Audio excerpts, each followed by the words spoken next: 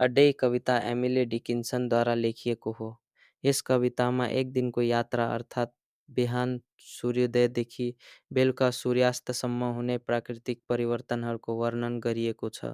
कवयित्रीले प्रकृतिको सौन्दर्यलाई सरल र कल्पनाशील तरिकाले प्रस्तुत गरेकी छन्। कविताको सुरुमा बिहानको दृश्य देखाइएको छ। रातको अन्धकार बिस्तारै हट्न थाल्छ र सूर्य उदाउन लाग्छ। पहाड र आकाश उज्यालो बन्दै जान्छन्। चराहरू चिरबिर गर्न थाल्छन् र वातावरण रमाइलो बन्छ। नयाँ दिनको सुरुवातसँगै प्रकृतिमा नयाँ ऊर्जा आएको जस्तो अनुभव हुन्छ। कवयित्रीले बिहानको यो दृश्यलाई धेरै सुन्दर र आकर्षक रूपमा चित्रण गरेकी छन्। सूर्यमाथि चढ्दै जाँदा उज्यालो चारैतिर फैलिन्छ। मानिसहरू आफ्नो दैनिक काममा लाग्छन्। खेतबारी, घर, सडक र सम्पूर्ण वातावरण जीवन्त देखिन्छ। दिनको समयमा प्रकृतिले आफ्नो पूर्ण सौन्दर्य देखाउँछ।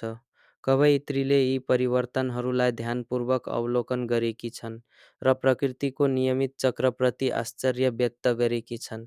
कविताको दोस्रो भागमा सूर्यास्तको वर्णन गरिएको छ। दिन ढल्दै जाँदा सूर्य बिस्तारै क्षितिजतर्फ जान्छ।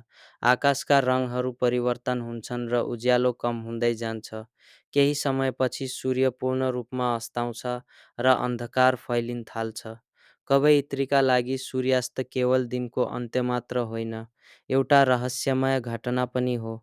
सूर्य कहाँ जान्छ भन्ने कुरा मानिसले पूर्ण रूपमा बुझ्न सक्दैन। त्यसैले उनले यसलाई रहस्यपूर्ण यात्राको रूपमा कल्पना गरेकी छन्।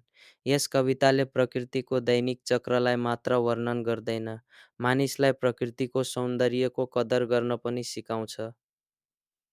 बिहानको आशा, दिनको सक्रियता र बेलुकाको शान्ति, यी सबै जीवनका विभिन्न चरणसँग पनि तुलना गर्न सकिन्छ। जसरी दिन सुरु हुन्छ र समाप्त हुन्छ, त्यसरी नै जीवन पनि निरन्तर परिवर्तन भइरहन्छ।